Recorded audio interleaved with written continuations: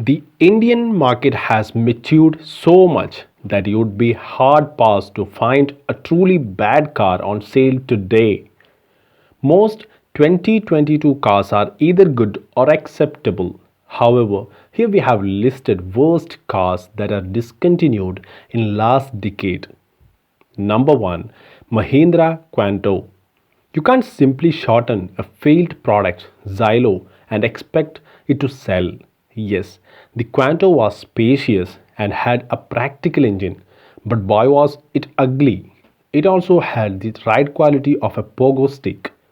Mahindra later applied some lipstick on it, but the newer spot bombed too. Number 2, DC Avanti. It was home-built supercar of India, although enthusiasts gave it an extremely insulting ignore. Yes, it will be the first to admit it was a fair effort by a tiny homegrown manufacturer and that its acceleration was decent for the price. But there was little else to lure any petrol head toward it.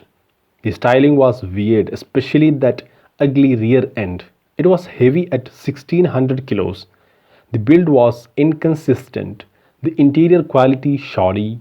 There were no airbags and the sales or service support was zero.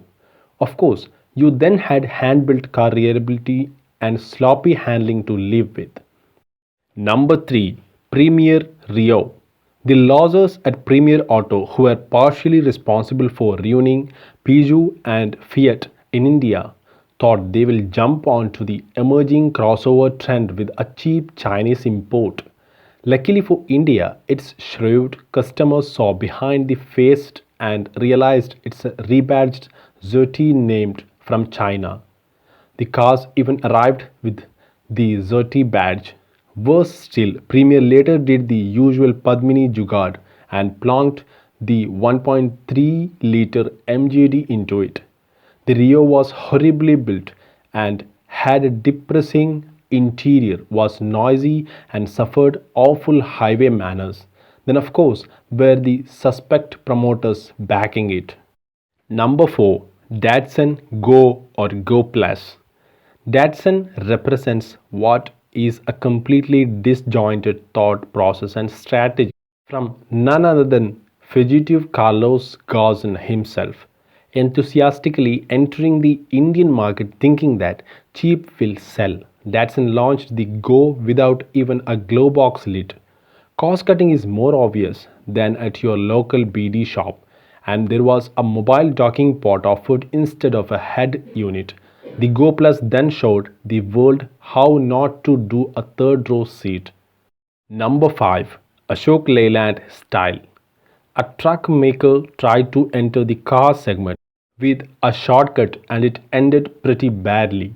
Not only did the car fail, but it led to a messy divorce in the courts. The style is a rebadged Nissan Evalia, albeit a poorer plus decontented version of what was already a flop car. So, stripped was the style that its supposed top and LX version didn't even get a rear defogger or remote locking. The hapless dealers were forced to think up schemes giving away a style for free if you placed a big truck order.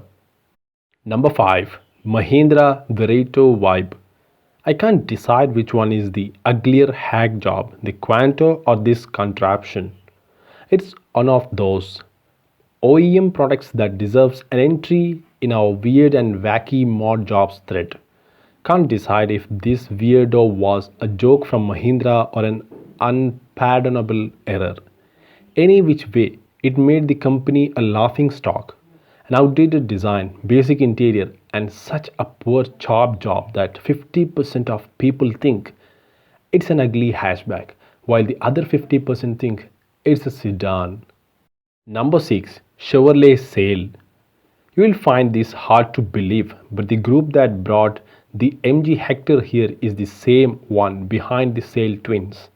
You could say they learnt their lesson. The Sail and UVA were so boring that apparently the agency making a pitch told Chevy to rebrand the cars as Vanilla 1 and Vanilla 2.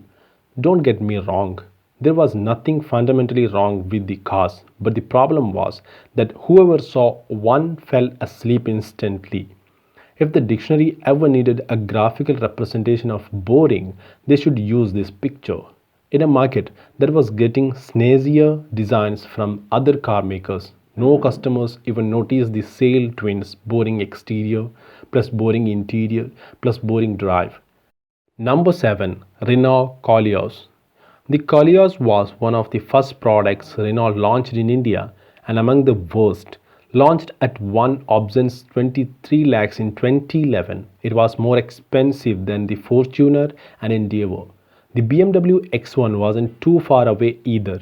The product itself had a dim-witted automatic gearbox, limited rear seat space, awkward styling, and zero badge value. As a result, this dude is rarer than a Ferrari on Indian roads.